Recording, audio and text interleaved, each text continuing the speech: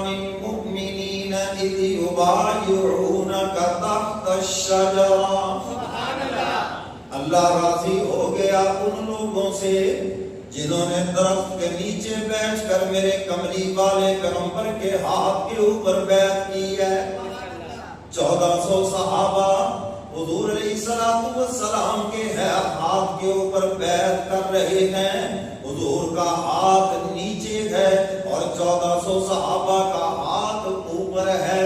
اور کسی نے کہا کاش کہ عثمان بھی ہوتے اور وہ بھی اس بیعت کے اندر شامل ہو جاتے. حضور فرماتے ہیں یہ میرا بایاں ہاتھ عثمان کی طرف سے عثمان کا ہاتھ.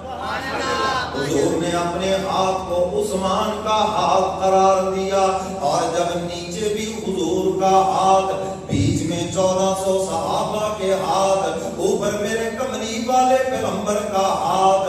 اللہ فرماتے ہیں ید اللہ فوق ایدیہم, ان سب ہاتھوں کے اوپر اللہ کا ہاتھ ہے. اللہ فرماتے ہیں محبوب اپنے ہاتھوں میں لے کر بس یہ میرے ہاتھ میں دے دو, میں اپنی ذمہ داری سے ان کو جنت میں داخل کر دوں. فرمایا لقد رضی اللہ عن المؤمنین اذ یبایعونک تحت الشجرہ فعلم ما فی قلوبہم فانزل السکینۃ علیہم واصابہم فتحا قریبا.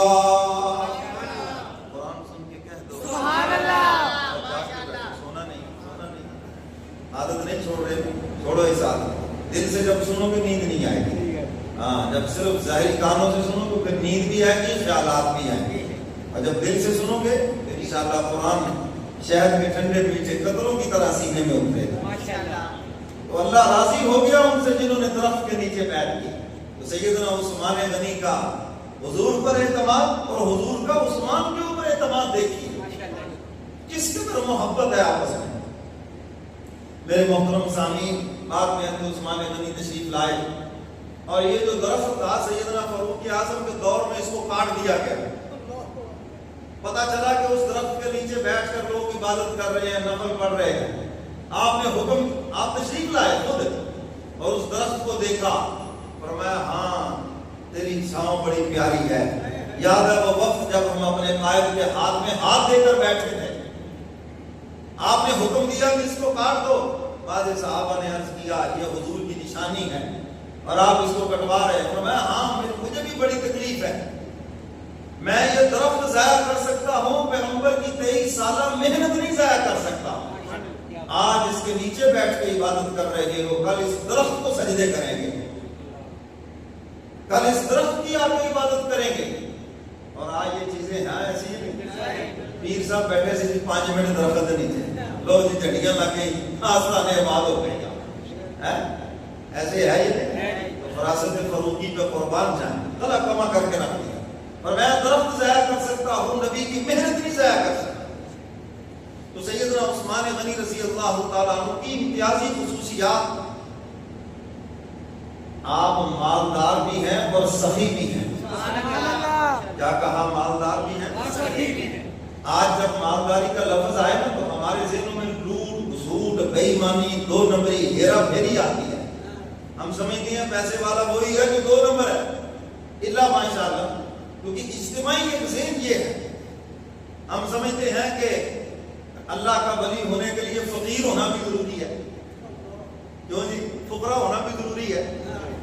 حضرت سلیمان علیہ السلام اللہ کے نبی ہیں, اور یہ یاد رکھنا مالداری نبوت کے ساتھ بھی جمع ہو سکتی ہے, ولایت کے ساتھ بھی جمع ہو سکتی ہے. سلیمان علیہ السلام خدا نے حکومت بھی دی, اور جو جنت میں ایک جنتی کو جو حکومت ملنی ہے نا, اس کا نمونہ اللہ نے سلیمان علیہ السلام کی شکل میں دنیا میں دکھا دیا. اور سلیمان علیہ السلام کی بیویاں کتنی تھی؟ 1000. کتنی؟ 1000. آپ سے تو 70 کا وعدہ کیا, ایک محل میں, ساری جنت میں 70 نہیں ہے, ایک ایک محل میں 70 ہوں گی. سلیمان علیہ السلام کی تو اس دنیا میں 1000 بیوی ہے. اور سونے کا وہ فرش جب لگوایا, ملکہ بلقیس ایک دنیا دار عورت, ان ان کی ٹھاٹ باٹ دے کے ششتر رکھ کے حیران رکھ کے شیشے کا جب فرش دیکھا شلوار پنڈلیوں سے اوپر کر لی کہیں پانی نہ لگ جائے، لیکن جب فرش کے اوپر چڑھی تو دیکھا وہ مچھلیاں تو نیچے ہیں، پانی ہے لیکن اس کے اوپر شیشے کی تہ۔ ہم تو آج یہ چیزیں دیکھ رہے ہیں۔ سلیمان علیہ السلام کو اللہ نے اس دور میں عطا فرمائی۔ تو میرے محترم سامعین، حضرات صحابہ کرام میں بھی مالدار صحابہ ہیں۔ میرے کملی والے پیغمبر کی، میرے کملی والے پیغمبر کا جو فقر ہے وہ اختیاری ہے۔ آج ہم تو اضطراری فقیر غریب ہے نا، ہم میں کوئی غریب رہنا نہیں چاہتا، سارے داؤ لگاتے ہیں امیر ہونے کے لیے، الٹے سیدھے جو کچھ ہم سے ہو سکے ہوتے نہیں، کیونکہ حکم تو اسی پہ چلنا ہے۔ ذالک فضل اللہ یؤتیہ من یشاء، اس کا فضل ہے جس میں چاہے سو کرے۔ اسی پر تو حضرت علی رضی اللہ تعالیٰ عنہ فرماتے ہیں نا، اسباب کے اوپر ایک طاقت ہے، کبھی ہونے نہیں دیتی اور کبھی بغیر اسباب کے کر کے بھی دکھا دیتی ہے، اور وہی اللہ رب العزت ہے۔ تو ہمارا فقر تو مجبوری ہے، حضور کا فقر مجبوری نہیں تھا، اختیاری تھا، حکم بلکہ پیشکش ہوئی کہ محبوب اگر آپ چاہیں ہم بہت پہاڑ کو سونے کا بنا دیتے ہیں اور یہ آپ کے ساتھ ساتھ چلا کرے۔ ادھر پیشکش ہوئی، ادھر حکم ہو چکا تھا، میرا محبوب ہاں کرے اور ہم کہیں کہ یہ لوگ بنا ہوا ہے۔ حضور علیہ السلام 11 لاکھ مربع میل کے حکمران بھی ہیں، اور آخری حج پر آپ نے 100 اونٹ ذبح فرمائے۔ کتنے جی؟ یہ 100 اونٹ کو 500 کے آتے تھے۔ آج دیکھو 100 اونٹ کی کتنی قیمت ہے۔ اور حضور جب ذبح فرما رہے تھے نا، نہر کرنا، اس جگہ کے اوپر مارنا اونٹ کے سینے کے اوپر، تو حضور علیہ السلام ہاتھ سے ذبح فرما رہے تھے اور اونٹ لائن میں لگ کے خود آ رہے تھے حضور کے ہاتھوں سے قربان ہونے کے لیے، کیونکہ آپ کو اللہ نے تمام جہانوں کے لیے رحمت بنا کر بھیجا۔ آسمان کے جہان ہو، زمین کے جہان ہو، سب کے لیے آپ نبی ہیں، جانور بھی جانتے ہیں۔ تو حضور علیہ السلام نے 100 اونٹ ذبح فرمائے۔ تو میرے محترم سامعین، حضور کے ساتھیوں میں، حضور کے یاروں میں حضرت عبد الرحمن بن عوف مالدار ہیں، سیدنا عثمان غنی مالدار ہیں،